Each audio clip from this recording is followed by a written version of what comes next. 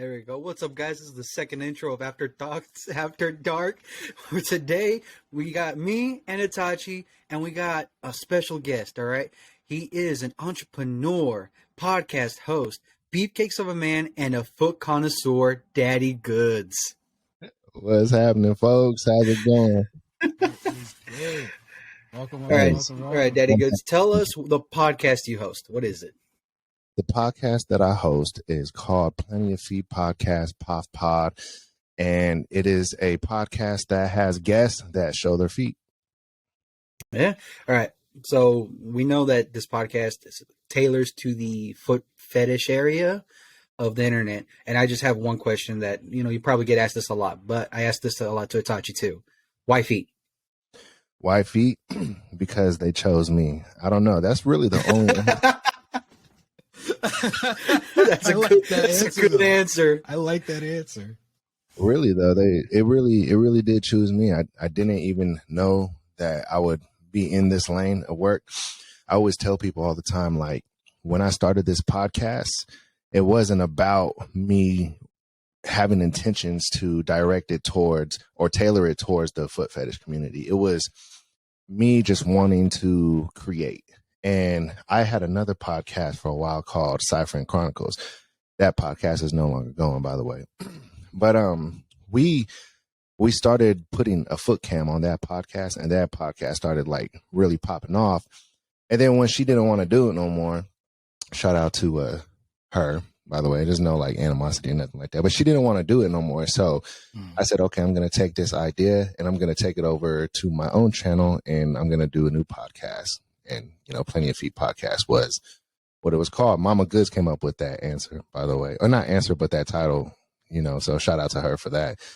But so when I say it chose me, like it really did, because I didn't have like some intense foot fetish at a certain point. And still right now I wouldn't even call it intense. But it's grown on me like quite a bit over the years. And that's just kind of what it is. It's just something that kind of came about and that I'm still learning about. And I'm just like a curious guy. A lot of times people will say, oh, he's like the foot guy. And I'm like, I'm not the foot guy. Like, don't come to me for any like questions about foot fetish. I'm not the expert at this. I'm just learning. I'm meeting a whole bunch of people who are into the industry, and they're teaching me new things. I'm finding out new ways to experience the foot fetish, just everything surrounding it, really, and I'm still learning. I'm like almost 100 episodes in, and it's just a ever growing evolution of a process, really. Yeah.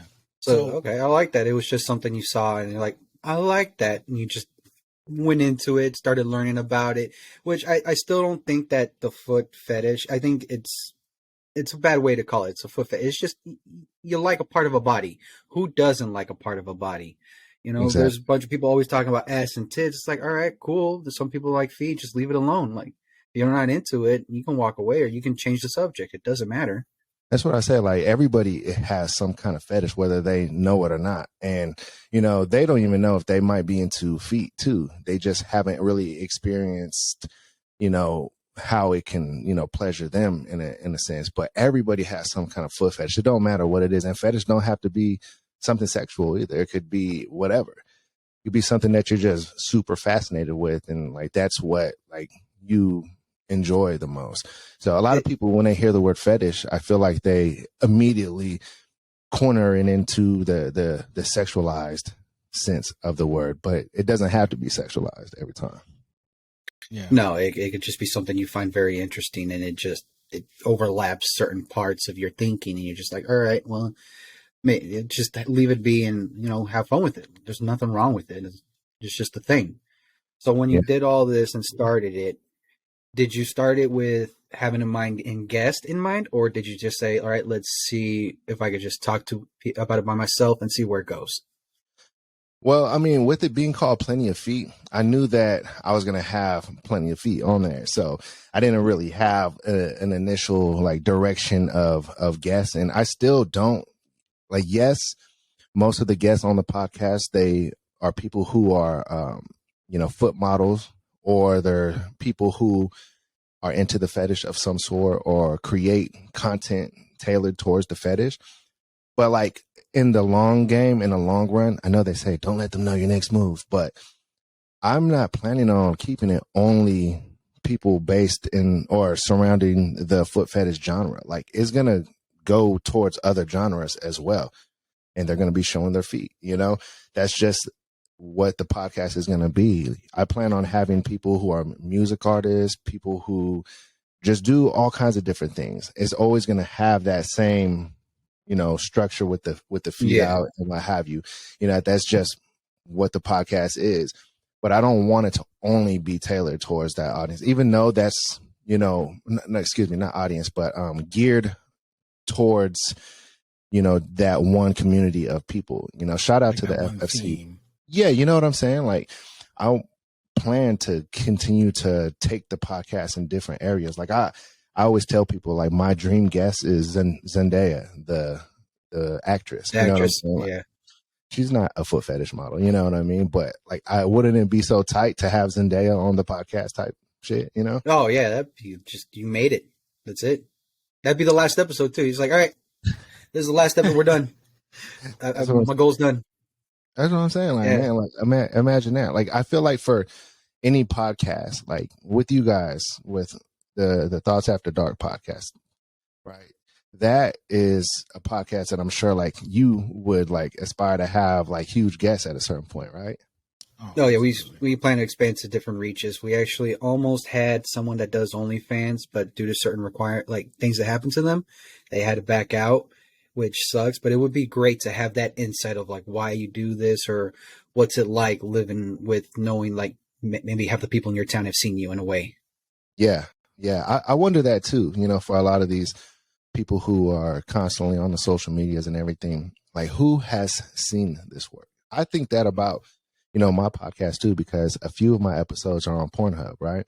And, you know, they're specifically with guests who also do Pornhub, by the way. So if anybody's listening to this, I'm not putting your episode on Pornhub unless you are also a Pornhub model. So just to clarify that. But you know, it makes me think like, okay, like if I'm at the gym working out and somebody's like staring at me, are they mean mugging me or did they, you know, they're familiar with my work? You know, like I never really know that. And I'm sure, you know, for like women or guys or whatever who do OnlyFans or do any kind of sex work for that matter, it's got to cross their mind like, all right, who has seen my work and what are they thinking when I walk by? You almost got to kind of not give a damn, really, at the end of the day. Yeah. I always find it awkward when I talk to them and I'm like, yeah, I support your content. I've seen it. It's like, how do I respectfully say like, I probably beat off to your shit too if it's on there, but like, it will not make it awkward to them. It's like, yeah, I love your content. I don't know what else to say after this. I mean, that's all you say. I feel like you could probably let them know, like, "Hey, man, I love your work. It's, you know, it's very good. Very good. Like that, you know, basic. Just say, hey, love your shit. Keep doing the good work. I'll see you on Warzone tonight. All right. Yeah, that's it. Basically.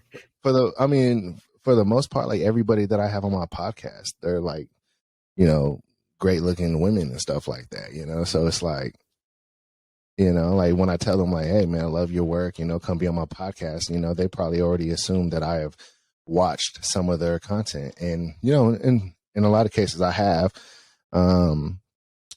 because they go on Twitter and they openly post, you know, their content that, you know, is nude. Twitter is a wild place, by the way. I don't Twitter, know. oh my God. I know about Twitter being wild. Trust me. I've talked about it with these guys. Twitter is a whole different beast. Twitter doesn't care. Is after dark. Yeah, no. Yeah. Twitter is still the wild west of the internet, and I love it. I do too. But they are starting to kind of clamp down a little bit with restrictions and what have you. Yeah, but I mean, age restriction, that's always going to happen. You know, everybody uses Twitter, even kids, so you don't want them to see that. But I do want to ask you, since you kind of do it with Mama GoodZ from time to time, how do you manage having these guests on and doing what you do and Mama or you not getting jealous of one another for meeting someone or talking to someone? Yeah, I mean, she knows that all my life I've always gotten along with women. I have a sister and, you know, my sister's, you know, also one of my best friends. And, all of my best friends are women. I have friends that still, they'll come out here specifically to hang out with us. And she never knew these people before me. Like, and they'll come and like stay the night type stuff. You know what I mean? Like, we're not swingers or nothing like that. You know what I mean? But she just knows that I have a lot of women friends. And so when it comes to me having a podcast where I'm talking to a lot of women, it doesn't even cross her mind, because she already knows that she's in a secure place with me, on both sides of the spectrum. She's very secure. I'm very secure. She knows that I love her. I'm always going to come back to her no matter what, and my intentions are very pure. I don't talk to none of these women for any self-gratifying reasons whatsoever. Like, it's all business at the end of the day as well. So, and even if there was ever, some kind of, like flirtation type of thing going on, like, that's just all fun and games. But at the end of the day, I know what's up. Like, if I fuck up, like, I'm married, like I'm in some deep shit. You know what I mean? So I'm somebody who recognizes that. And also, not to mention, as the podcast grows, the reputation of the podcast, the reputation of me and everything that I'm creating, if I were to cross the line in any kind of way with any of these people, it's just not worth it. So it's just like, just remain professional at all times. And she knows that that's very serious to me. And this is something that I love to do. And I don't want to fuck this up. You know what I'm saying? Yeah, I like that. It's the confidence and the love you both have for each other that really binds it and holds it together. That's I like that.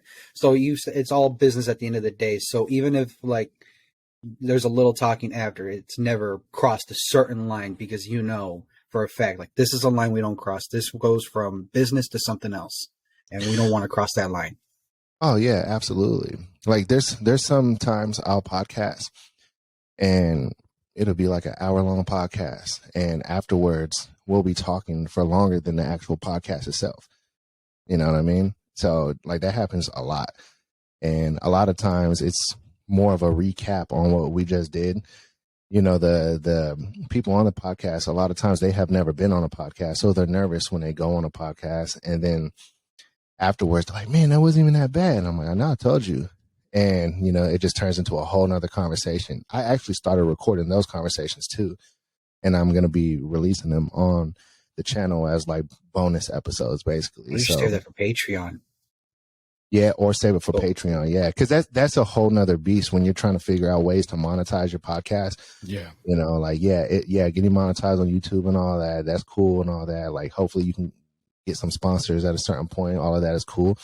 But there's like many ways to utilize the amount of content that us podcasters get. Like, dude, think about it. Like, we have hours upon hours of content, and a lot of times we don't even recap on none of the content. It's like, damn, like, man, we can really be utilizing all of this content. You know what I mean? Mm-hmm. Yeah. We have like, when we record, we have like maybe an hour and a half to 2 hours of content, but we only use an hour 15 maybe. So there's that 45 minutes left.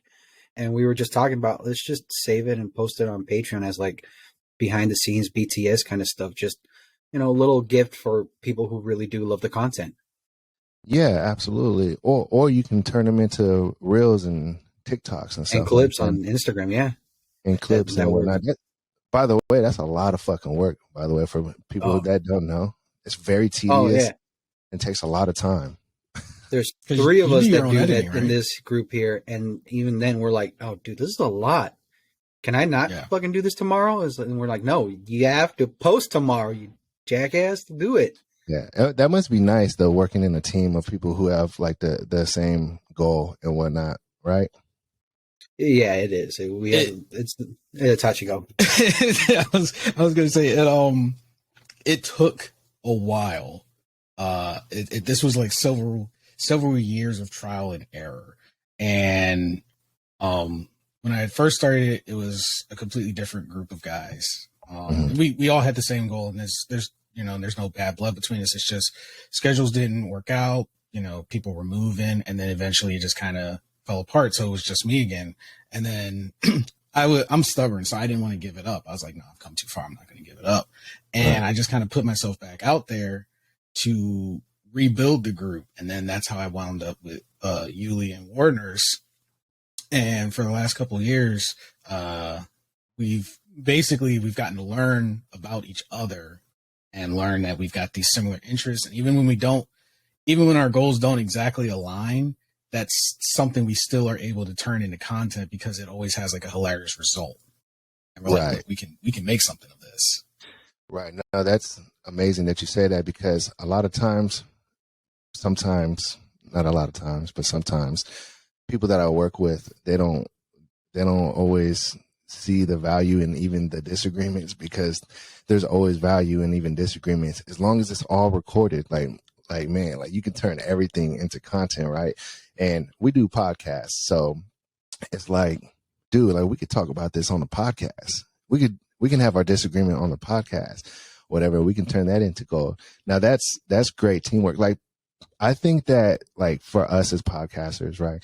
Like we almost gotta take everything, the good, bad, and the ugly, and record it. Unfortunately, that's just what it is, right? Think about reality TV. Like what just absolutely drives ratings up on reality TV? The drama. Drama. The Kardashians are great at that. They create drama no matter what. Exactly. It's the drama that really like takes it up a notch. And so all right, so I'll give you guys a little story. Like there's some people who are upset with me for having podcast episodes with people that they do not like, right?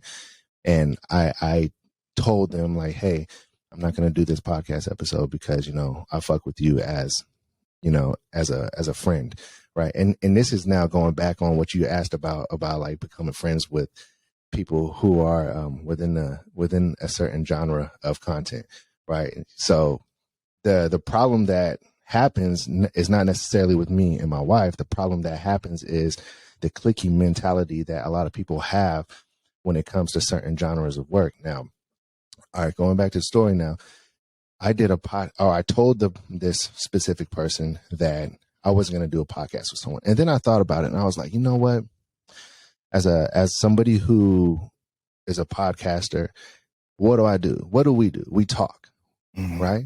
No matter what it is, like we remain neutral in situations and we talk. And so I put the fans first and content that I feel like they would like and enjoy. And in return, that made the person who was now my friend upset with me. And now they want nothing to do with me. So where I fucked up was not, in my opinion, doing the podcast with the person they didn't like. Where I fucked up was I became their friend. And therefore they caught not feelings, but they got upset basically that I did what I did. Yeah, there was resentment involved. And that told me like, damn, like I can't even, not saying that we can't be cool and we can't be, have fun in conversation and be good people to each other. But as far as like close friendships, not saying that me and this specific person were super close, but this person, we kind of became friends. And, I feel like it'd probably be better off if I just make sure that doesn't happen in the future at all. Like not even a friendly type of situation. So I just want to keep it all just strictly business moving forward. And that's just a lesson I had to learn. And it was, unfortunate that specific working dynamic fucked up because, I did something that I said I wasn't going to do, but I chose business first. And I get that, why they would be upset about that. But I really ultimately feel like I fucked up in being friends with somebody that I probably should have just kept it like all the way business from Jump Street. So that's just a little business lesson that I learned when it comes to podcasting. Like, you know what I mean? Like we can't like become too great of friends. I don't know. Yeah. I feel like it's the burden of content creation is that you'll make friends or be friendly with people that have different views and all that. But they also got to know it's like, well, this is my business. This is my show. You're just someone that I bring in from time to time, or you're just a friend of mine. You don't control what this is here. We can remain friends if we agree to disagree, knowing that, I'm still going to do this. You're still going to hate it, but we don't have to let that ruin a friendship. We could still be friends. Me and Itachi actually had a big bout early on, and we learned like, hey, it's agree to disagree. We're just friends. Like this, we're partners. We're friends. That even if we don't like who we bring in or who we talk to, I'm not gonna look at Itachi a different way, and he's not gonna look at me in a different way. I hope we're just Right. gonna be like, well, that's just who he finds interest in talking to, or it's just something that we learn. It has to happen like that. It has to be Right. like that. Yeah. And I'm glad that Yuli, that you brought that up, because it was not long after that we had that conversation of our own disagreement that I said, you know what, the best solution would be to create a podcast like this one, so that we each get to, talk to the people that we find interesting. We get to have those conversations, because where all these disconnects and sometimes misunderstandings and refusals to accept is because one side does not understand the other, because they have not been exposed to it. So they only know what they see. So by having like, hey, have you ever sat down and talked with a person like you have in the Plenty of Feet podcast? A lot of people, they go, oh, IG football, and they automatically, like, they think, boom, sexualization, boom, this person sells their feet pics, boom, this is disgusting, and XYZ. It's like, but have you actually talked to these models? Mm-hmm. Like, and when you're having your podcast, you've talked with people with degrees all across the board, scientific conversations, political discussions, mental health, emotional. And it's like, oh crap, these are real people. They're not just their feet. These are real ladies with experiences, all different walks of life, that I'm sure has people take a step back and go, dang, okay, maybe this isn't all what I, thought it was. Yeah. Yeah. No, 100%.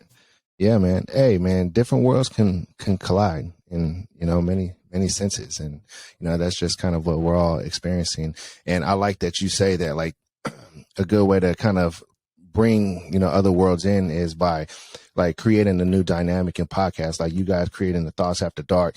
Now, Yuli, he's not into feet or nothing like that, right? So he's probably like, No. why would I talk about any of that stuff? You know what I mean? And I believe No, you were talking about that on the podcast when you guys had Mama GoodZ on. Yeah, I mentioned that it's not something I'm into, but I understand. At least I can comprehend and understand why someone would like it. Yeah. Or But someone what would are look you at into? it. What are you into, Yuli? Like, what do you Thighs. like? Thighs. Girl with muscly thighs. Oh my God. Death by Muscular? Huh? Muscular thighs? Muscular thighs, like nice thick thighs. I don't know. It's a weird thing I have where I'm like, I want my head to be crushed between those. Like that's just it. Like Like that gets me going. like, And, like Chun-Li and you can thighs. tell by the anime characters I like. I'm like, oh, this motherfucker has a type. So do you watch anime porn? Yes, I do. So I just had a conversation about this, that like I got to stay away from real porn, because I feel like I look at that, I'm like, that kind of messes with my head. Like that's real life. I'm like, no, that's not. That's a fantasization, but in video format. So I like push away IRL porn, because I'm like, I don't want that to skew my mind, because anytime I look at drawings or cartoons, I automatically know it's not real. It's fake. It doesn't exist. Right. I see what you're saying. Is it messing up your personal sex life watching IRL porn? Yeah, it messed it up. It gave me ED, a weird like mental ED. So I'll look at someone and be like, "Oh, you're not that hot as I thought you were," or something like that. So it would mess my mental, and I would feel bad for her, because I'm like, then she'll be in her head like, "Am I not that hot? Am I not doing it?" And it's just a whole dynamic of like, all right, maybe I got to stay away from this. Itachi, have you been to Tijuana? Oh, no, I actually have not been to Tijuana. What about you, Yuli? yeah, I've been to Tijuana a lot. I'm You been to Mexican, Hong man. I Kong? go there a lot. You been to Hong Kong? I've been in home. Tijuana? I've been No, home. I haven't been there yet. Okay. not I don't. Hong- not Hong Kong. I know where that. I tend to stay away from it, because I have a cousin that does something that we don't talk about in the family. That's there, so they tell me to stay away from there, because they don't want us getting mixed up with what he's doing. Okay, all right. So you know what Hong Kong is, right? Yeah. Clearly, Yuli does. Itachi, do you know what we're talking about? in Mexico, right? Yeah, and in Tijuana. No. So when you say Hong Kong, I was thinking like the actual Hong Kong because they have some entertainment there. My It's buddy this has little been to the area Hong in Kong in Tijuana. Mexico. It's like the red light district of there. Oh, It's okay. the red light district of Tijuana. All right, so I bring that up because you're talking about, Yuli, things that mess up your expectations in real life. Hong Kong, the club in TJ in Tijuana, that place. All right, so first of all, let me just put this out there because I don't want people thinking that I'm just out of pocket. I don't partake in none of the things that happen in Tijuana, right? None of the Hong Kong activities. I have been there and I have had some drinks there with some of my friends before, and we watched. However, at this place is in the red light district of Tijuana, and if you want, you can have one of these women and have your way with them for I don't know how long. I'm assuming probably Depends like an hour. per the hour. Like it's like $200 per hour, something like that. Now, witnessing this with my eyes, like so many guys there, taking advantage of that, exclusivity of some of these women for an hour.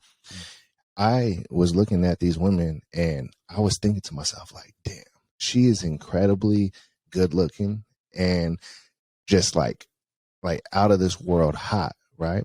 And one of these fellas, if they wanted, they can have their way with her for an hour for a very low price. I'm not sure exactly how much, but from what I understand, it was a pretty low price. And now that makes me think like, man, being a patron of a place like that, imagine how fucked up your real life is going to be after experiencing something like that. Like, you could probably go and sleep with a way hotter woman than whatever woman is in your life there for like $100 or whatever the price is. Yeah, I would have to throw a wrench in that because before I met ATAD, that I actually used to be a chef in San Jose. Used to work in kitchens for 8 years. So in San Jose, there are these little underground strip clubs and massage places that me and some chefs will go. I would only go to drink and just check out the strippers and just have a good time and relieve like the 12-hour workday we had. But we would see some people like walk away with some of them. And like, I get it. Like that would skew it. But at the same time, I'm thinking like, depends because we're just stressed out. We just want to relieve ourselves for a day and not worry about anything. And we'll do that. They'll do that. I just want to drink and just relax and enjoy my night. But when you see that, you realize like it's not as taboo as it is. It's only taboo because religion and politics make it taboo. I feel like if it was normalized, it'd probably be not as bad. Like if that happens, maybe a lot less people would be aggressive. It just feels like it's bad because people say it's bad, but in reality, it could be a good thing for some people. All right. Absolutely. To piggyback off of that, I wanted to I guess the closest that I could say to that is like when I went to Thailand. Thailand is basically like that. Lucky Seven. Yeah. We're not going to talk about the Lucky Seven right now. Anyway. I don't want to talk about the Lucky Seven. We're not going to talk about the Lucky Seven. But I made a joke in our Discord chat earlier, when I said guys desire symmetry. We don't realize it, but we desire perfect symmetry. Look at the things we're attracted to. Most of the stuff we're attracted to has symmetry. And it's just in our nature to desire balance in physical, mental, in our emotional life. We want balance. That's why we always try to fix things when it goes out of whack, because it's throwing off our balance. And I think what happens is why these places they have so many patrons and they do so much business, and why some guys can go and they just like, nah, I'm just going to chill. The married guys, they can be like, yo, I'm going to chill. And then you got another group of married guys that just lose it. It's probably because they don't have that balance back at home. They get to live out their fantasy with this woman that maybe their wife is just not willing or not comfortable fulfilling. And we as guys, after a while, we start to feel creepy about constantly trying. We start to become uncomfortable with it, and it throws off our balance. And it's like, well, I gotta do something. I gotta get this out. And it's like they go to these places to get that, I guess you could say, carnal release. And it's like, man, how can he go back to his wife and just be okie dokie? Because instead of, trying to force her to acclimate him, he goes and he releases his beast elsewhere. So he restores his balance. And I'm not saying and I'm not giving a pass for anyone that's like cheating or anything, but I'm like, that's a perspective that a lot of people don't address. Like, oh, well, I don't get why he did this. And, he had it good. On the surface, it might look like that. On the surface. I feel like that is a situation where a pass should be, given, honestly, as bad as it sounds.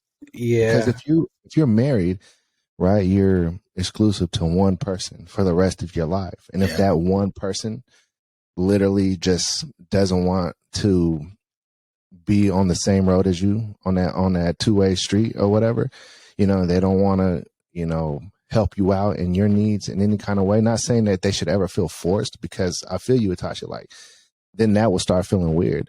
But it's like, if you're not getting into that home, then, and it's one of your needs, and it's something that, is important to keep you right mentally, because a lot of times, let's not forget, us guys, like, we need to have that release to help us think clear. Mm-hmm. And it could be way deeper than just lust and wanting to bust a nut, right? It could be us like literally trying to think clear, like, oh fuck, I can't think of nothing else but pussy. Post nut clarity. Yeah, post nut clarity is real. It's literally a thing. But not even just post nut clarity. Like with regards to the foot stuff, I've tried to explain this to some friends before, because they asked me like, what's your interest in? I'm like, it's not always sexual for me. Like with my partner, it's every layer. But like in general, I usually use it. A lot of the creative thoughts I get, a lot of the stuff that I've built with the podcast and stuff came from me just being like, you know what? Let me edit this nice picture, this nice foot picture. You're like, what? I'm like, it's just my creative process. It brings me calm because I'm working on something I visually enjoy. So I don't find what I'm doing boring. And while I'm working on it, I'm getting to try new ideas, new concepts, other thoughts pop in my head.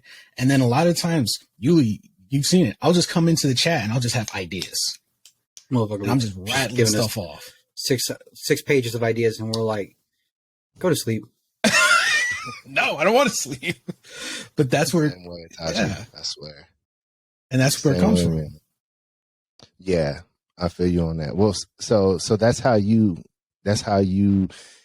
kind of become you, is by fixing all of the problems you might have at the moment so that you have mental clarity, right? Mm-hmm. No, that makes sense. Yeah, sometimes frustration builds up and you're just like, fuck, I need to build this shelf. Let me go to the bathroom real quick, do what you need to do, come back out, and you're like, oh, see, this is what I was missing. This anchor doesn't belong here. Okay, now I can see clearly. That actually happened to me. I was building my desk, and I'm like, God fucking damn it, I can't. I realized I was frustrated, so I go in my room, do my business, come back out, I'm like, I'm a fucking dumbass. I should have been calm the whole time. But you can't, because there is that primal urge. Yeah. Yes. And by the way, though, let me say this, but think about everything that we just got done talking about, and then think about the past. Like, if you don't get a pass and you're living in a way that is restricting you from being you, like, dude, like, fights are gonna happen every day. That's almost fucked up to the other person in the relationship for not giving you the pass. If they don't want to be there for you in that kind of sense, and okay, so when the person goes out and goes to a place like Hong Kong and TJ, like, don't be mad. Like, you asked for that without asking for it.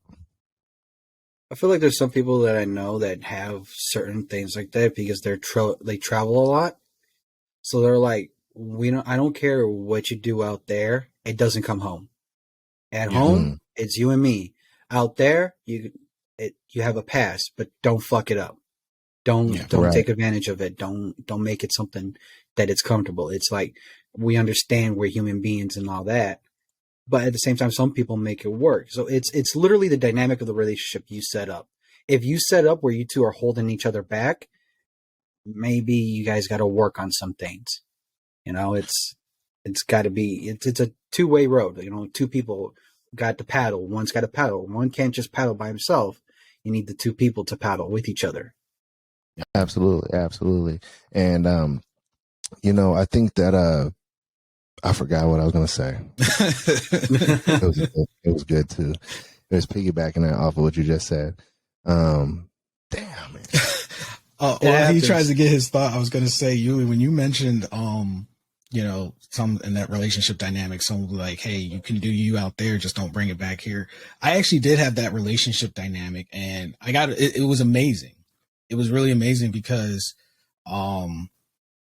she was still traveling, you know, she was still going out, and at this, she was fully accepting of everything I brought to the table, everything about that.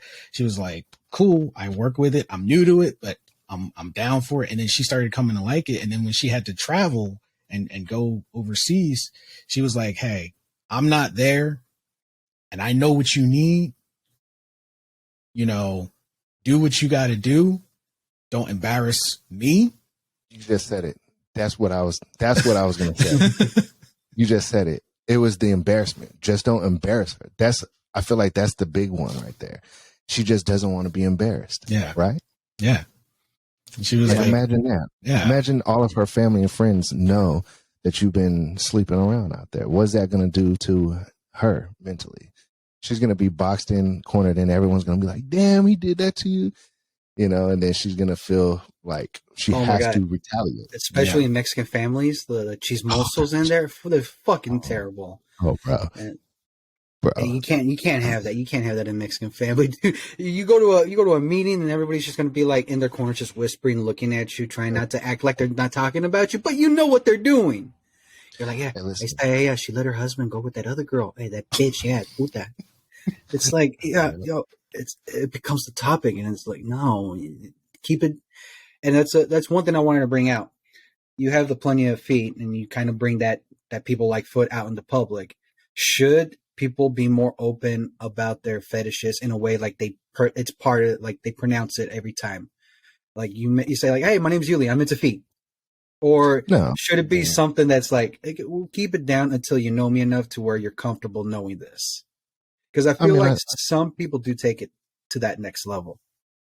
Yeah, I mean, you don't got to like proclaim it everywhere you go all the time, you know?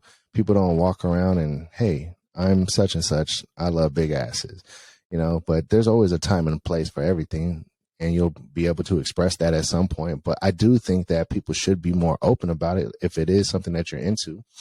Just because a lot of people are saying that it's weird doesn't mean that you have to care about what they think, you know?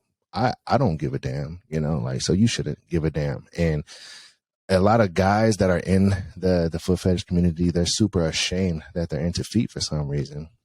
And there's really no reason to be ashamed of it. Like, dude, like, let them know. Like, that's the only way it's going to ever be normal. Like, at some point, women with small asses was more popular than women with big asses. But once it became popular that big asses were attractive, now everybody's into big asses, and all the women want to have big asses. They all want to do squats, nothing but squats at the gym or get BBLs. You know what I mean? Like, but seriously, at one point, it was flat asses that were popular. Like the woman with the nicest ass in the world, quote unquote, like in a magazine like 20 years ago, was like Victoria's Secret model, basically. That's what she had no cakes. You know what I'm saying? Yeah. Okay, I like that. Yeah, just, you know, be you. But also at the same time, though, if you come out like you're comfortable with someone, and you come out with what you like, and they don't fuck with that, that's not someone you want to hang out with. Or it's like something that you need. Yeah, if that's something that you need and they don't like it, then, you know, you just gotta move on to the next. Or if it's, you know, if it's not something that like is absolutely mandatory, then whatever. But, you know, for some guys, I think, you know, that's a must. You know, like if you love hitting it from the back on a chick and she hates getting hit from the back, you're probably not going to want to be with her. You're going to be like, man, I like doggy style. And she's like, I don't like doggy style. You know, it hurts my pelvis. Your dick is too big. You know. Well, it's one of the things like Itachi, when he told us that he liked feet, I was the most aggressive at making fun of him. I'll come out and admit that. I was the most aggressive. But Itachi knew I wasn't making fun of him to hurt him. I was making fun of him to normalize it so he's not uncomfortable with being like, I like feet. It's like, yeah, good for you. Fucking do that. But also, do you like feet with hooves on them? Like, you want to hear him just... Wait, what? With who? Hooves, like the donkey feet, they're just walking down. You can hear that. Like just that. Hooves. Like hooves. Like gotcha, horse gotcha. thing. Yeah. To each their own. Each their own. I don't. Itachi, I found out that I had a foot fetish when I started talking about it on that other podcast before the foot cam, by the way. And once I started learning about why people like feet, and then I, started kissing on Mama Good's feet during intercourse one day, and I was just like, damn, this turns me on. That's how I found out. And then I started thinking to myself all the times before I knew about this world that I would look at a woman in a dress and I would not feel like it was complete unless she had on a nice pair of heels and her feet done up. And then I started thinking to myself, like, damn, I think I might have always had a foot fetish. I just didn't know what it was or that it existed. Yeah. But I've always actually been into feet. Yeah. And I would damn near judge a woman, not judge, but I would know how she took care of herself based on how she took care of her feet. And I always felt that way. And now that I think about it, I'm like, damn, I think I've always low-key had a foot fetish and just didn't know it. You know what I'm saying? Yeah, because that's basically how it is for me. It's like, especially in the summertime, it's like, they assume like I'll look you up top and bottom, but first shot, boom, down. That tells me a lot of what I need to know about you. At least on the outward appearance and like, okay, how detailed you are about taking care of yourself. And then I always try to tell ladies, like, don't be creeped out by a guy that's into feet, because that literally is a guy who will love you head to toe, literally. Facts. Literally. Sell it, bro. Sell it. He's selling it right now. All right. Yeah, dude. Because they come home from a long day at work, and you always see it like in comedies and stuff, and it's like, oh, they asked their husband for a foot rub, and he's like, oh, get those woofers off of me. And I'm like, see, you wouldn't have that problem with a foot guy. You come home before he's already, hey, you need a foot rub, boom, and just you're in your happy place and he's in his happy place, and you both are getting what you want. That pedicure. Here you go. Oh, that's a win. It's $20, $50, $60, whatever you need. Just take that spa day. That's a win. That's a win for them. Yeah, take care of your feet, girl. Yeah, go ahead. Because I win at the end of the day when you come back. Yeah. It's a win. Yeah, it's a win for sure. Hey, what is your favorite part of the woman's foot? Soles, yeah. Soles is popular. You're going to learn a couple things today. I didn't know about soles. Like, I thought Itachi was big toes. Big toes. Big toes. I mean, like, he's throwing little jabs. He said, oh, he did mention, like, hey, man, what do you like about it? Like big toes. No. Oh, you said that. You like the I thought maybe he was joking with me, because, like, I'm like, hey, Itachi, how does this work for you? He's like, don't have a big toe. Here's another fetish guys have usually that are into feet. They like the big feet, like the size 10 and up, the giantess. They call them giantess. Well, I mean, giantess could be any woman's size feet, because I thought giantess was like people who fantasize them being like super small and the woman being like gigantic. That's one aspect of it. That is one aspect of it, but there's for the most part, you're right, Yuli. That's what they fantasize about, the woman being really big. But I believe that because the first point of contact, if you were looking at a giantess in real life, is going to be the feet, right? You're getting squashed by the feet. So I think that kind of ties into each other because of that. But there's gentlemen who, they want to see the chick like squash stuff. And so that explains a lot. Because I know someone else that does foot stuff. And she told me that she gets a lot more money if she gets paid to like step on a cake or some shit like that. It's like, yep. Yeah, step on a cake. Or there's guys who know that there's models that won't do this, but a lot of times people who are into that fantasy they'll ask the model to squash like a live thing, like a bug or a frog, a lizard, or something like that. But it's super frowned upon, like within the community of people who actually do the content. They feel like if you're doing that, then you're like ultimately. I mean, it's just hurting a live like animal. I understand a bug because bugs don't really normally, but like lizards and all that. I mean, that's still an animal. Like I kind of would see that. For sure. Yeah. Yeah, there was a chick who she got in like real trouble for squashing like a gerbil or something like that. Like, oh, yeah, and she sold the video to some guy, and it somehow leaked, and she got in like actual trouble, like with I don't know. She got arrested though, type shit. yeah, it's animal cruelty. If at some point, that's the problem. It's sometimes like again, we always talk about fetishes, but we know like don't take it too far. There's a limit to everything. Even if you want to go above that limit, just know it's not the best thing ever. There's a limit to everything. You take it too far. What are we doing here? Like what's going on? Another one that's big but super frowned upon is race play. There's guys who want a woman to, say racial slurs, and I don't fit in there. You know what I'm saying, man. Yeah, I know. I don't fit in there. Oh There's my god! You know the rapper Mano? Mm-hmm. No. Okay, he had that song "Hi Hater, Bye Hater" like a long time ago. Yeah, I know that one.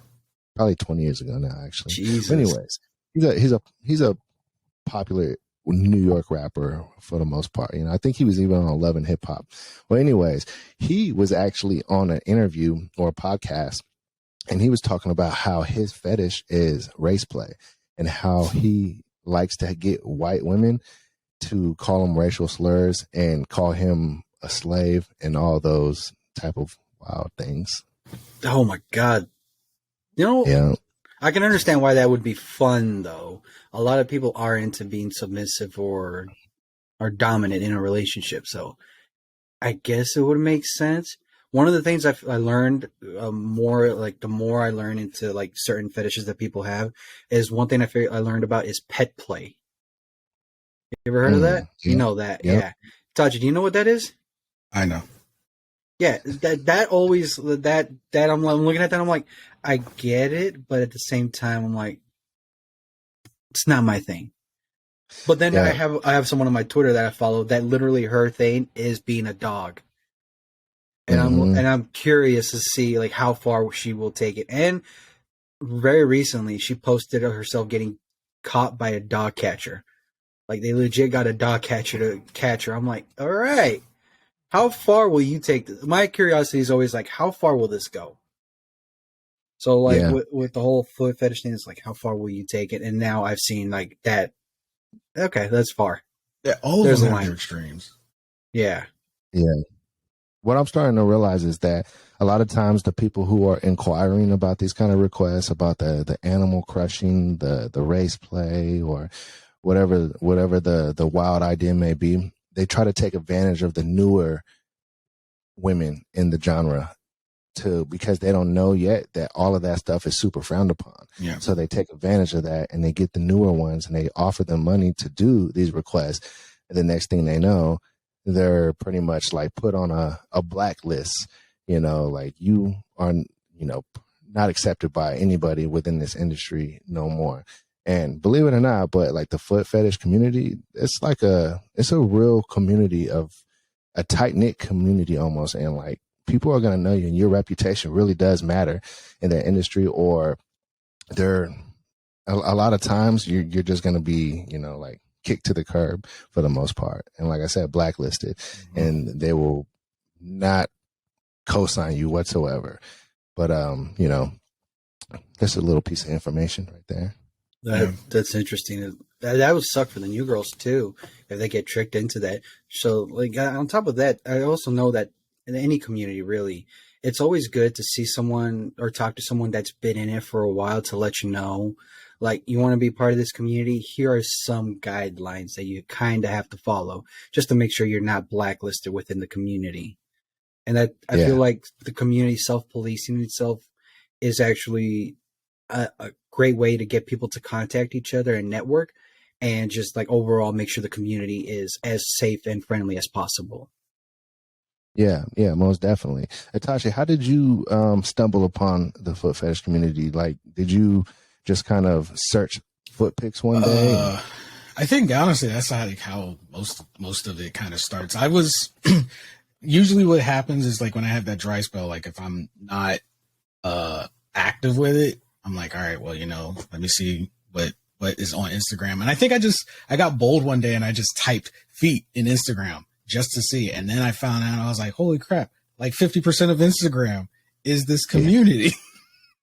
So then I just started finding, and what I typically did was I found like the not as popular ones, because I know like, I was like, if I ever decided I wanted to make my own requests, which with some I have, I'm like, I don't want to go with the oversaturated ones because they're so popular. Their prices, justifiably so, are going to be high because, they got thousands and thousands of requests coming at them probably a day.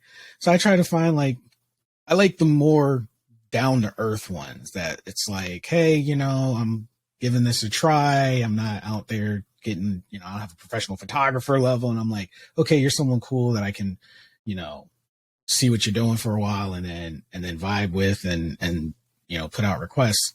And before I knew it, I had just started like following some pages. Cause at first I was like, one thing I did hate about social media was like, if anyone got curious, like, oh, I wonder who he follows. And then they start going. I was like, dang, and most of their profile pics is their feet. And that's all I need is everyone going, oh my gosh, Itachi, you follow so-and-so. Because that happened one time in my server by one of the guys in the community who he's into it too. But I hadn't made it known to anyone because I was like, I don't want this to ruin my business image for whatever reasons. And then one day he was like, hey, Itachi's always acted pure.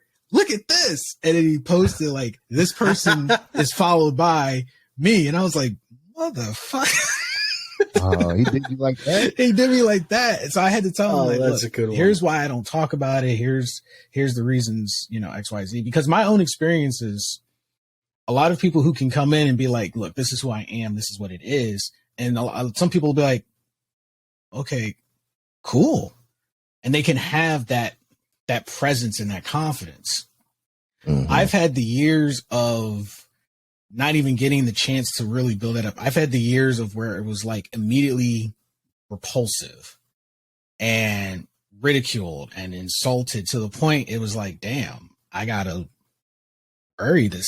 I gotta bury this part of me to even be able to hold a conversation. Because the minute, even now, and I'm in my 30s, and I'm at the point now, I'm one of those people now, I put it up front because I'm like, you either fucks with it or you don't. I'm getting too old. Yeah. I'm not like, we could have great chemistry up until that point and then it all fall apart. So let me just put this out there now and give you the choice before we get involved, feelings get involved. And I put the ball in your court. This is where it is. I'm not changing it. You got time to think this over. You want to go separate ways? No harm, no foul. We didn't click. Yeah. Compared to, I give you my all, and then I just ask for this one thing in return, and it cannot be reciprocated. I'm going to start pulling away because, I'm going to want it, but I can't get it. And I think that's why I stayed in the community, because it's like, these are my people.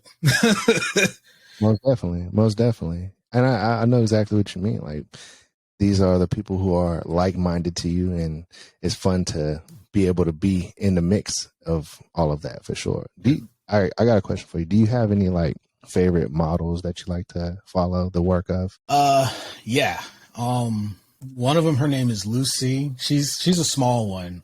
She's really, really cool because we actually talk. Like, she's a gamer. She loves anime, and it's like, without talking to her, you'd never know that. So we get to talk and chat, and she's pretty new. Another big one, like probably the biggest one I follow that everybody knows, and I've actually followed her for years, Daddy Rican. Okay, yeah. Daddy Rican's a big one. And yeah, there's and then there's PLT, Pretty Long Toes. She and we actually have like an online friendship. Sorry. That's the name she goes with. Pretty long toes. It's a good fucking name, but it caught me off guard. Like the first two people had normal names, and then you go DD Long Toes. I'm like, Pretty long. I like how you use DD and Pretty. I heard DD Long Toes. No, it was DD Rican, and then there's Pretty Long Toes. Pretty Long Toes. God, that caught me off guard. But a lot of them don't have those kind of nicknames to to match their theme. There's a lot of good ones. Did you see the new episode I had with a doll named China? Yeah, wasn't that the one that this last one, right? It was like a couple weeks ago now. You should check it out if you haven't already. Her name is Doll Named China. But when you were talking about like people who are super like down to earth and like chop it up with people who don't have like crazy amounts of followers, she's one of them. Like, man, one of the most down to earth people. Highly recommend that episode right there. But when you were talking about that, like she was like the first one to come to mind, and I was like, man, you should holler at her, because she's cool as fuck. Yeah, those are the ones I usually like to vibe with. And it's funny because some of them have told me that they appreciate the conversations that aren't always about, feet. Like sometimes they just appreciate just like that random conversation of just like, hey, what are you up to? Hey, what shows you been watching? The non-creepy. So I'm just checking in, making sure you good. Appreciate you your comments, your posts, all that. And then these content creators are people too. Yeah. Check on us, guys. Check on us sometime. Yeah, I know. Don't check on Itachi, man. He'll write you a paragraph of what he's feeling right now. Look. I fuck with Itachi. He's a well thought out individual. He is. Actually, I do have one question for the both of you. Why is it that when people talk about they're into feet, automatically they're put down a pedestal where it's like it's down there and people tend to reject it? Why is it like as soon as you say that becomes you? Shit, I don't know, man. Wait, let me. I don't know if I all the way understand the question. So do you mean like when somebody? All right. So when somebody mentions that they like feet, they're looked down upon. Is that exactly? They're immediately shut down. They're shut down. They're kind of excommunicated from that person. It's like, why is it that? But like you said, people like ass and tits. Why aren't they? It's just part of a body anyway. And I'm glad that actually, I'm glad. If you don't mind, Daddy GoodZ, I'll give my answer on this one first. Yeah, no, do your thing. Do your thing. I'm curious what you got to say because me personally, I'm like, I don't give a fuck. So this is from my experience, and everyone has their own experience. And this is a conversation I've actually had with like Byrne before, because Byrne, he hates feet. He's like, I won't touch feet. He's like, he works in the medical field. So he's like, you don't know the stuff that goes on. And I'm like, but he's all about the ass. And I'm like, well, if we're going to be completely honest, really scientifically, what comes out of the ass? Every part of a woman's body technically should not be sexualized because they're not meant for that. Like the breasts aren't meant for us; they're meant for their children, and the ass is meant to be sat on, and the legs are meant for walking, and the feet are meant for standing. So let's be honest here. for bearing children and feeding, and we're over here sucking. And we're over here sucking on them. Like, come on now.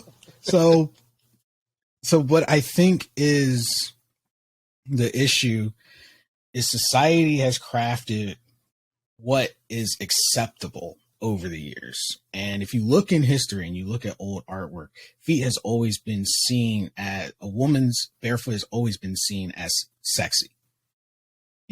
Artists, paintings, look at classic paintings, look at art, look at the details some of them put in. You can tell that there's appreciation for it. Photography, a lot of people won't notice, but when you look at photography of actresses and models and stuff, you will easily find most of them, they fully clothed, but what is on display? Not always their ass, not always their boobs, but definitely their hands and their feet. Most of them will take barefoot shots. There's an art to it. There's a reason behind it. But over time, because people didn't understand, we've crafted what is more acceptable. What basically society said, this is what's acceptable. Hourglass figure, big boobs, big ass, and we'll throw in legs. That's okay. Everything else, no. And people have lost the understanding of the appeal to that. And in some societies, showing the bottom of your foot is insulting. But that's like 2. In most other places, it's attractive because it's also now it's like the most hidden part. It's like there's a mystery to it now. It's like that's the part we never see. Like let them out. Like, come on, that's a part of you. And I think over the years, because there's been that lack of understanding, a lot of women have grown to dislike their feet. They've never had someone appreciate it, so they don't understand it either. So when they meet someone, because I'm sorry, ladies, but this is my personal opinion. Don't get mad at the rest of them. This is my personal opinion. The way they verbally and physically display the reaction to a guy that goes, "Hey, I got a foot fetish," and girls be like, "Huh?" Like, you know how women, they scrunch up their face when they're confused, but it can be interpreted as like, ew, like how they all make that weird face. When you run into that enough, eventually you just start to feel like, okay, maybe I'm in the wrong. Like, they don't, I won't say they like initially reject, but they don't understand. And then they get with each other and it's like, oh, that's so disgusting. And it's funny because I've heard this so many times. I'm like, do ladies even realize that they do this? Most of the time when one will tell the other, oh yeah, that, that's so disgusting. I had a guy who was into feet and it was XYZ. And I'm like, so you've had the experience. You're telling someone who doesn't have the experience that it's this terrible thing. So they're going out automatically with this preconceived notion that foot guys are gross because this one guy tried it with your friend and it just felt weird for you. It tickled or you didn't understand or, whatever. And it just starts spreading like wildfire. Because, and I think especially with chicks who invest so much in the other attributes, and it's like, but his only interest is on my feet. And they just, I guess they don't comprehend that. But I also think I'm like, I just believe that there's not enough proper exposure now either. Like, I love the community on IG, but at the same time, which is weird, you would think it would be accepted, but because it's so saturated, then now it's just seen as a moneymaker. Mm-hmm. They don't see a reason to appreciate it beyond that. And I've had that experience too. That's kept me from saying it because it's like, hey, I'm into this. And then the conversation literally went, so if I let you, you'll pay me? I'm like, what? The fuck? No. Like, right.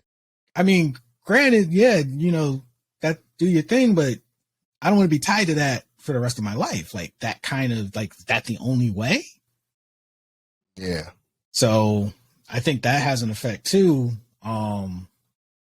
Because we only get shot down if we don't say a price tag with it nowadays. Like before it used to just be immediately, no, get away from me. Now it's like, yeah, I like it, but I don't want to pay. And they're like, yeah, no. But you say, yeah, I like it and I'll pay. They'll be like, okay. Right. Yeah, man. That's all good stuff right there. All right. I tell you, Tafi, he always puts it all into perspective and even though well it takes thought out. 7 minutes, and I love it. It'll give me time to be like, all right, cool, I can breathe. I know, right? Yeah, podcast live. Oh, yeah, bro. Go ahead. I was going to say, speaking of this motherfucker taking things to the extra level, he actually started a fight within the group about what anime character can beat another anime character. Up to the point where he brought in his other friend Burn into it, who is like the connoisseur of comics and anime. And then we ended up agreeing that nobody can take on Sailor Moon. Sailor Moon beats everybody. I don't know nothing about anime. I've heard of some of the names because of girls that are into it and that's been on the podcast, but I don't know too much. But tell me about Sailor Moon. What makes Sailor Moon so tight? Because Sailor Moon, I guess in the anime and in the manga, she's like this princess from the moon, basically, who was sent to Earth for her protection. And then she has the ability to fight these evil creatures that try to rule the galaxy and all that. and she she lives her normal day as a high school girl. She's only 15, but when she needs her powers to come up, she does her little Sailor Moon thing and becomes Sailor Moon. Sailor Moon jingle. Little Sailor Moon jingle, and she fights whatever is trying to cause pain and panic on Earth. That's her ability. It turns out that there is an alternate version of her that's evil called Sailor Galaxia. So then Sailor Moon has to fight basically her evil self and becomes this it's like Eternal Sailor Moon. It's Neo Eternal Sailor Moon, which is like the ultimate version of her, which basically can destroy universes in a flick of her finger.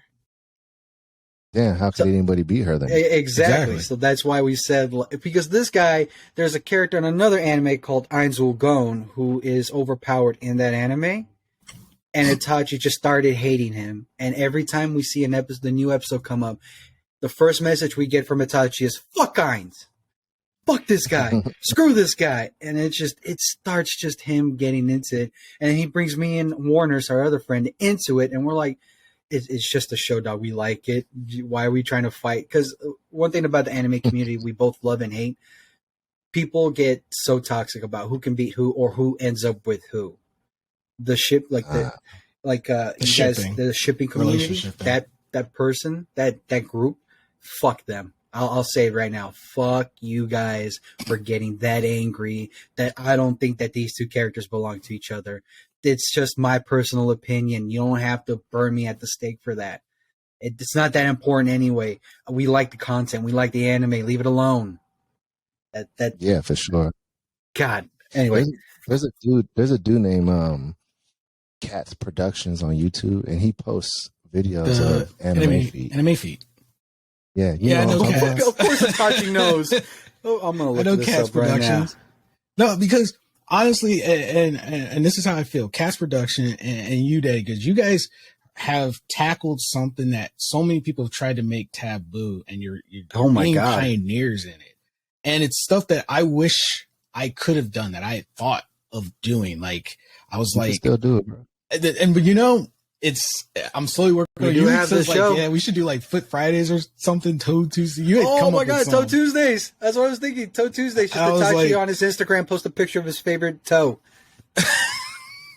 just the one. Yeah, I could start recommending your podcast to some people too. That'd be great to have Itachi and them talk. Because to be honest, when Mama GoodZ came on, I could fucking tell how nervous Itachi was. This guy, and I'm over here just like, this motherfucker's so nervous. Look at him, he's stuttering. He's like trying not to fuck up. He's so polite. She would have never known if Yuli hadn't said anything, but Yuli knows me well enough that he knows like the way I speak at intros. So like, I was like taking extra breaths, but because it's like, this is also me coming out of like my shell. Proverbial closet. Mm-hmm. Yeah. And the podcast, and maybe you feel this way today, because I Anchor had posted one time on Twitter and they were like, hey, why do you do a podcast? And the first thought that came to my head is I was like, it's therapeutic. It is. It's therapeutic. I get to talk about the things I want to talk about that even in a normal conversation you would think I'd be able to have. I can't. But this is my chance. Mm-hmm. This is my platform to talk with people with similar interests and not have to hold back. It's therapy. This is my mental health. This is my balance. That's why I do it ultimately too, is that creating content of whatever form, who I've always been, I have to do it for mental health reasons. Like seriously, if I'm not creating something, I'm not myself. I'm depressed. Yep. There's nothing that could help me except for content creation of some sort. And for a long time, I did music, and I would make records, right? And I stopped doing that, like probably at the age of like 23, and I didn't realize it, but I was in desperate need of content creation of some sort, and that's what got me into podcasting. And I started making videos and doing podcasts, like none of the ones that I've spoken about on here, but like I started going on YouTube and whatnot and making videos, and then I realized like, damn, I have to do this because this is what keeps me happy, is content creation of some sort. So you nailed it with that, Itachi. It's like us content creators, like people who there's people who make it because it makes them money, or, you know, they want to be popular. Then there's content creators who do it because they literally need it. Yep. They need that outlet. They need that outlet for mental health reasons. And yeah, you know, the idle mind is the devil's workshop. So, you know, that is very stay true. busy. That is very true. I feel that a lot.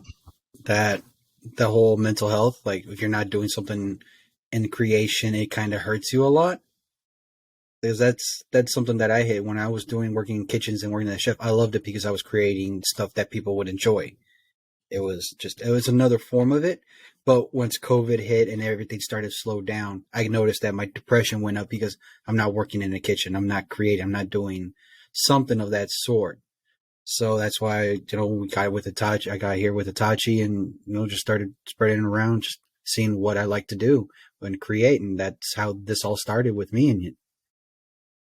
Yeah, for sure, man. And doesn't it feel good to you guys, like, to knock out a new podcast episode? Like, before it, you're like, okay, man, we gotta record, and, you know, you got this thing you gotta do, and you're telling yourself, like, man, I'm in the mood to record, and if I'm not, I gotta make myself get in the mood. And then when you're done recording it, you're like, man, I'm glad that I did that. Glad I did. You know, You I feel so great. much better the rest of the day. You're happier. You're not looking bad at, you're not having this like negative view of things. You're just like, you know, let's just have fun. It's the day. Absolutely, man. And that's the grind part about podcasts, though, that people don't know about, is that doing a podcast, like, you have to record and talk when sometimes you don't feel like recording and talking, but then you do it and then you feel happy about it. But, you know, that's the grind part about it, is that you have to do it when you may not even feel like doing it. 100%. And that's why I always tell people, like, I'd be surprised. You know, I'm surprised if a podcast can get past 10 episodes, because, you know, I know what it takes and what you have to do, like, mentally. You actually have to like doing it. You have to be a content creator who likes doing it, because that's just what it is. And that's why I always got so much respect for people who do podcasts, because it's just like, man, bro, like, it takes a lot of mental endurance sometimes to pull yourself to that microphone on the days you don't feel like doing it. Absolutely. But that's your medicine. You know, that's your therapy. Yep. So I feel you on that. I mean, you nailed it when you called it therapy, because that's how I feel like it is. Like, I know when I'm done recording this podcast, I'm going to feel great about myself. And I'm not even going to think twice about nothing I said. I don't, and that's I don't give a fuck. You know, that's the beautiful thing about it. You know, like in regular conversations, you plan ahead. It's like somebody asks you a question and you got to process the question, think of the answer, think of what's acceptable, looking at the people around you, how this person's going to receive it. And after all that thought, it's exhausting, and you're just like, quick answer. But on the podcast, you get to be you. 100. Yeah. You get to be you. And that's the thing. And then when people watch it and, you know, they have some feedback about it, you're like, that's what's up, man. Because, you know, I was just simply being me. I wasn't putting on any kind of persona. I wasn't creating any kind of fantasies. I was just on that podcast being me. And however people reciprocate it is up to them, you know. But I know that I went on that podcast and I was myself. It's good to let that person out and about once in a while, huh? Yeah. That wild animal. That wild one. You ever feel like when you talk on podcast and you do your show, like right after, you feel good, but you're silent? You realize, like, you talk a lot, and then you're just like, next time you're like, just enjoying the conversation that someone else is giving you instead of giving them the conversation. Yeah, that's why I like going on other people's podcasts, honestly, is because, you know, I'm having the opportunity to talk more sometimes, because when I'm doing my podcast, unless the person is very talkative, which I would hope most people that I have on there are, and there has been some very talkative people on my podcast, but there's other times where it's becomes literally an interview, and I don't like making podcasts like interviews. I like the podcast to be a conversation. But on those days where I do have somebody who's not as talkative and I have to like ask a hella questions and stuff, I'm just like, man, I wish that person was more talkative, because I like to go back and forth, you know. And, you know, that's why I like going on other people's podcasts, because that gives me an opportunity to go back and forth, you know. And like, it's not just like a Q&A type of thing. Like that's whack, you know? Like I like to go on podcasts and talk like and let the conversation take us places. Yeah, you're know? not on Jimmy Kimmel right now. That's for sure. Yeah. That's what I'm saying, man. And I think when podcasts are like that, it's just a better experience for everybody. You know, the people listening, they feel like they're in the room too, and they might have some shit they want to say, but they're not on the mic, so you know they can't say it. But you know, I also feel like it brings out stuff like you might have talked about stuff in here that you probably never talk about on your podcast because it's like over here it came out naturally compared to over there. So it's always like there's a different perspective of someone else coming in and bringing something like you see something in a different light in a different way and you're like, oh, see, I never saw it like that. Like right now, I never saw feet as sexual. I still kind of don't, but I can see from your perspective how it could be like that or how it can be fantasized, fetishized, and also just something that you like looking at. There's nothing wrong with that. And I understand it more now. I'm still going to make fun of Itachi, but at least I have more understanding of it all. Yuli, have you ever? Well, let me ask you this: Are you married? Are you I'm single. with somebody? No. Single. All right. So, have you ever like took a good whiff of a partner's feet? Yes. Like When willingly, or like it was just no. She just put it on my face like as I'm going. I'm like, okay, it's just there as I'm breathing heavily. Did you? All right. This is probably like really personal. No, go for it. Also, I want to say pause before I ask this question. Did you get turned on? No, I was like, get out of it because it was the initial shock of the hit. Probably that scared me. I want to do an experiment, and this is what I want you to do next time. And I'm curious for real. Next time you are with a woman, a potential partner, or what have you, I want you to take a whiff and like see what it does. I want you to see what it. I am open to experimentation. That is one thing you should know. Pheromone. You give me a recommendation, I will try it with the next one. And you know, and then you can tell me like, did it do anything to you? And I say this because there's actual pheromones that come out of the glands of the woman's feet that trigger our male hormones to get us aroused. And I realized that about Mama GoodZ feet when I actually tried it and I smelled her feet, and she'd be having some stinky feet. I used to think they were stinky, but now I smell them. I'm like, damn, that smells good. And it turns me on. We had that conversation with Mama GoodZ. It's a true thing though, because with my ex, she came in from work. I was visiting her, and she came in from work, and she was like, I want to take a nap first because I had, fixed dinner and everything. And she was like, I just want to take a nap first. So she got comfortable on the couch, put her feet up on me. So she had just come from work, kicked her shoes off. And I'm playing video games, and typically you think nothing other than like with Yuli's reaction, you think most people are like, oh my God, get off here. But for me, I was like, I don't have that reaction. Man, I'm getting kind of turned on right now.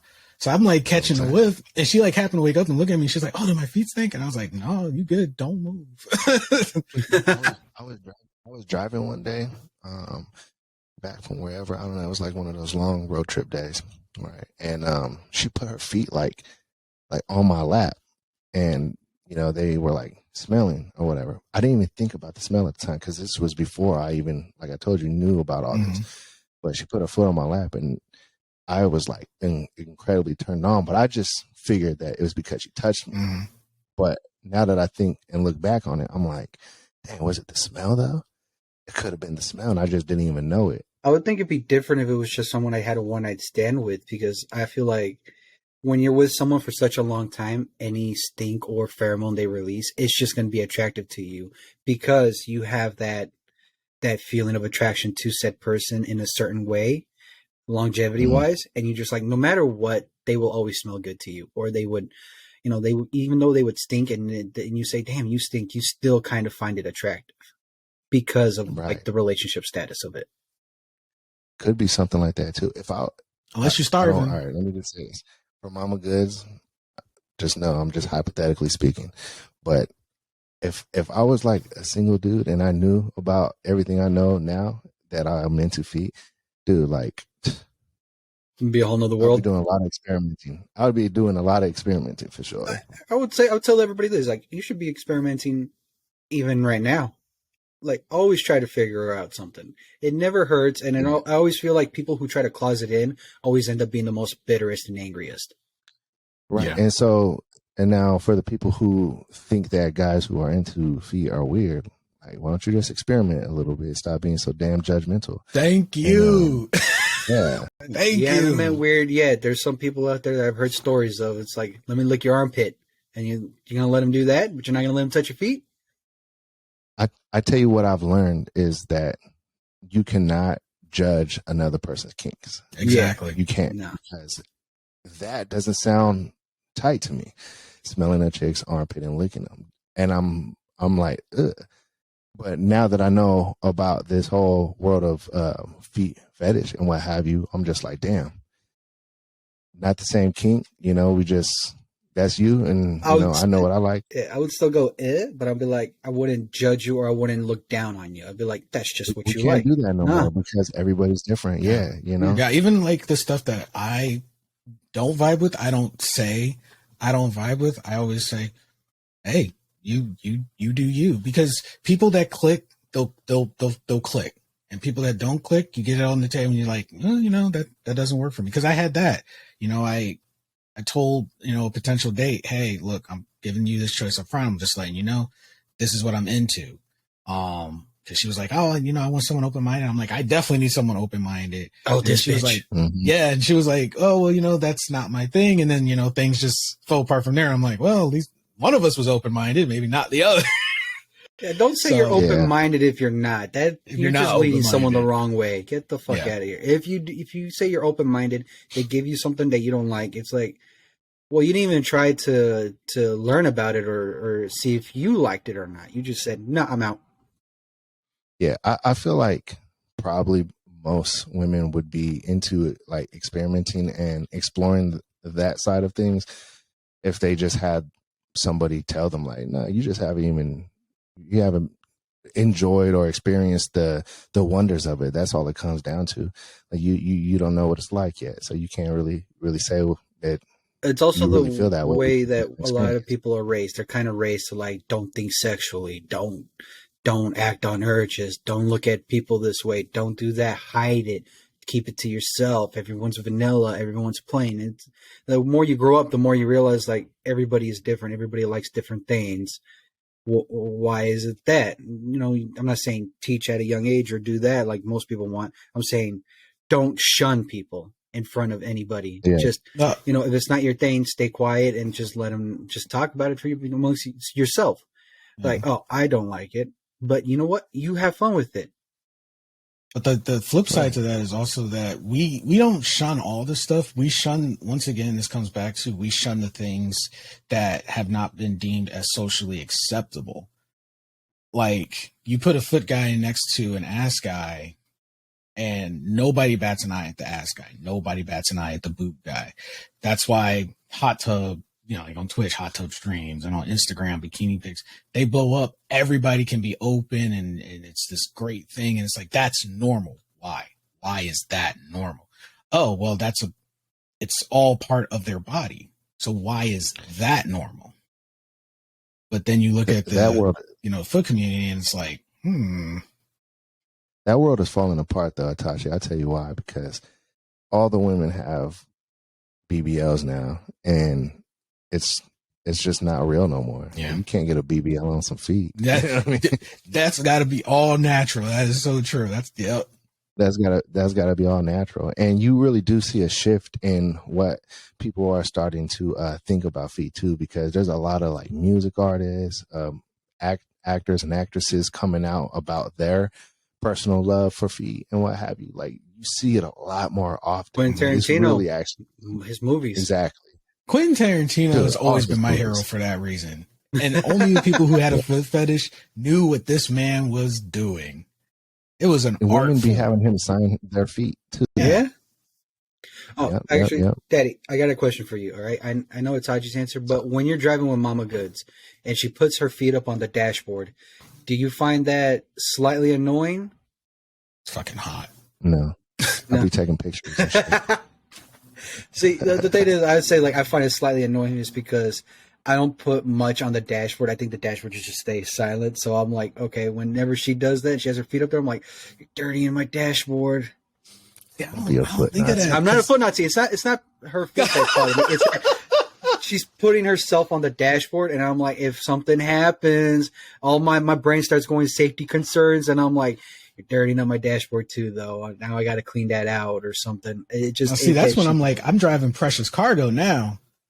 I'll happily get into the slow lane. We don't got to get there fast. Let's pull up to the slow lane. Going back to the carpool lane, just going up. And I'm like, put them on display. Let everybody else be jealous because you think everybody come by thinking that's gross. No, I've been so jealous driving by myself in my truck. I go drive by this car and I see this chick lay his feet on the. I'm like, he's got to be a foot guy because most other guys will be like, yo, if you don't get your feet off my dash, I'm like, that's a foot guy right there. And he knows what his woman is doing to all the other foot dudes driving down this road. You know what? Itachi's dash has the feet here and the arrow pointing up on the dash. I got an idea for us, Itachi. What's up? And we're gonna have you leave video, and we're gonna have him as the camera. Yeah, We're gonna go on the Las Vegas Strip next time you guys are out here, and we're gonna make a little booth, and we're gonna put free foot massages, and we're gonna make a video. Yeah, maybe we should cut this part out. Yo, that's gonna be Itachi's day. Hey, you heard it here. I'm just gonna tell Mama Goods. I'm gonna be like, look, today I'm gonna touch a lot of women's feet, but here's why. Here's why. We're gonna film it. We're gonna have fun with it. Hey, make it an actual whole podcast. Just random people coming up, pay for a foot massage. Just you two talking a while, and then a random person. But that would still be normal. I think, like in Europe, there's a guy. His whole YouTube channel or his video channel, whatever, is him, his crew. And he's got some ladies with him, and they just stop these random ladies on the street, and it's like, hey, we're doing a video. Put your feet on my face. I bet you we get. Like, if we stayed there for like an hour, I bet you we would have dozens. No, you guys get a line. Open to the idea. Exactly. They'd be open to the idea. And that just comes to show that people are more open to it than people may think. And that would be the absolute proof of it right there. Because every woman loves a foot massage, whether she's into feet or not. So that's another sign that probably a lot of people are actually into the fetish. They just don't know it yet. Yes. So ladies, don't knock it until you've tried it. Don't think every foot guy is some creep just because he's into feet. And remember, I cannot stress this enough. A foot guy literally will love you from head to toe. Facts. Like, it's almost impossible. It's like, if you let us have that, we find every part of you attractive. That's the other thing. They're like, so only my feet. I'm like, no, you letting me have that makes all of you attractive. Trust me. All of it. It's a whole package deal. Absolutely. You're right. So, yeah. But I gotta take a piss like a motherfucker. All right, Todd, you got anything else? I'm fresh out. I think we're good. We got an hour and a half in. What do we got? Yeah, this was all that we have left are 2 Poddex questions from Itachi because he has the app for it. Okay. So fun fact, I didn't pull them, but I think it's good because we actually covered some questions that would have been better than the Poddex questions. To be completely honest, it's true. This was an eye opener. All right, you know what? I got one specific question that I want to ask. All right, who has the best feet in Hollywood? The best feet in Hollywood? Your mind, in your opinion. Man, dude, I feel like I haven't seen all the celebrity feet. But the ones that you've seen. I've seen like the ones that I've seen. Shit, I don't know. It seems like Itachi has a couple in mind. That's hard because one, and one, when I do find an actress attractive, I do go on WikiFeet. Oh, yeah. I do go on WikiFeet because I'm like, all right, we all know you got a pretty face and you managed up here, but then I've gone and I'm like, ooh, but you don't take care of down there.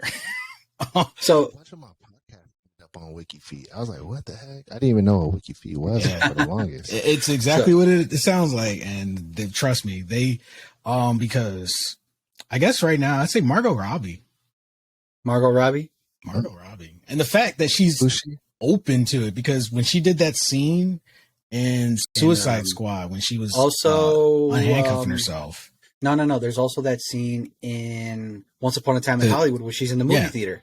she knows about it. She knows, and she's cool with it. Because they told her, like, all the foot people are going to be looking. She was like, because they were like, hey, we'll have someone double for you for that scene. And she was like, no, I want to do it. And they're like, but all the foot, she's like, no, I want to do it. And I'm like, Margot Robbie. Hey, Margot Robbie is bad though. I'm looking her up, and that's what's her name? What is her role in she was Harley Quinn. Harley Quinn. That's right. That's okay. Yeah. So she wins double points. Being Harley Quinn and doing that. Yeah, I don't know, man. I don't feel like I've seen enough celebrity feet. I'm always looking at the feet that I interview, I guess, not interview, but have on the podcast, so I don't think I've actually took the time to see, but I don't know, maybe I could recap on that question after I do some research, because I don't know. Or maybe I could say Zendaya. Zendaya. That's your goal. I think Zendaya would be, like, if approached properly, I think she would be cool about it, because there was that tweet that someone said her feet smell like corn chips. And yeah, and wait, which flavor though? The regular ranch? She was like, nah, it smells like success. Real talk though. There you go. So, and I don't even know why I would want Zendaya on the podcast. For some reason, that name just comes to mind when I think of somebody I would really want on the podcast, and I don't even know why. I really think it's just a sign from the universe telling me to put that energy out there, because I don't have a crush on Zendaya. I'm not into her feet like that or nothing along those lines. It's her vibe. For some reason, something's telling me Zendaya maybe it's the vibe. Something's telling me Zendaya is going to be on the Puff Pod one day. There you go. Let's put it out there. Zendaya, if you're listening to this, please contact the Puff Pod. Daddy GoodZ, put yourself out there. Tell them know where to find you and how to find you. @ Daddy GoodZ on Instagram, Twitter, and also @Plenty of Feet Pod on both Twitter and on Instagram. I said that backwards that time.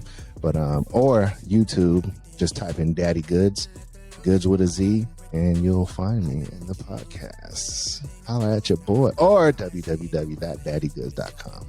Still working on that one though. It's kind of like a website in construction. Hey, totally get it. I can't be reached there too. So all right, there you guys go. This is the podcast. Definitely appreciate you coming through, spending time with us on your busy schedule. So thank you so much for that. And everybody who's tuning in, if you enjoyed this episode and you want more episodes like this, interviews, conversations, hit us up, support us on Patreon, patreon.com/OSN Media, or hit us up on our website, www.osn-media.com, where you can submit your comments, your thoughts. Just click the show that you want to submit your comments for.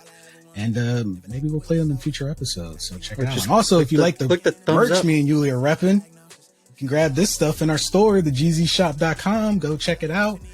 Use promo code ATAD22. Get 15% off. So go grab it. There you go. We're always cycling stuff. Might be here today and gone tomorrow. Never know. So go check it out. Anyway, I have to go get one of those shirts right there. Yeah, it's only gaming one. We're gonna have an only anime, and we're gonna add some more to it. So make sure to grab these. I'll give you the merch design. Only feet. That's your shirt right there, Daddy GoodZ. I might make one. Just own it. Do a collab. Let's do a collab. You know what, Yeah. Daddy GoodZ? Let's talk about a collab for that. Let's talk about collab for that. I need some new merch, because my merch, I feel like I need something different. So let's talk about a collab. Yeah, let's talk about that. Anyway, thank y'all for joining us for the Afterthoughts After Dark. You have been amazing. Stay safe out there, and we'll catch all you wonderful people next podcast. Later.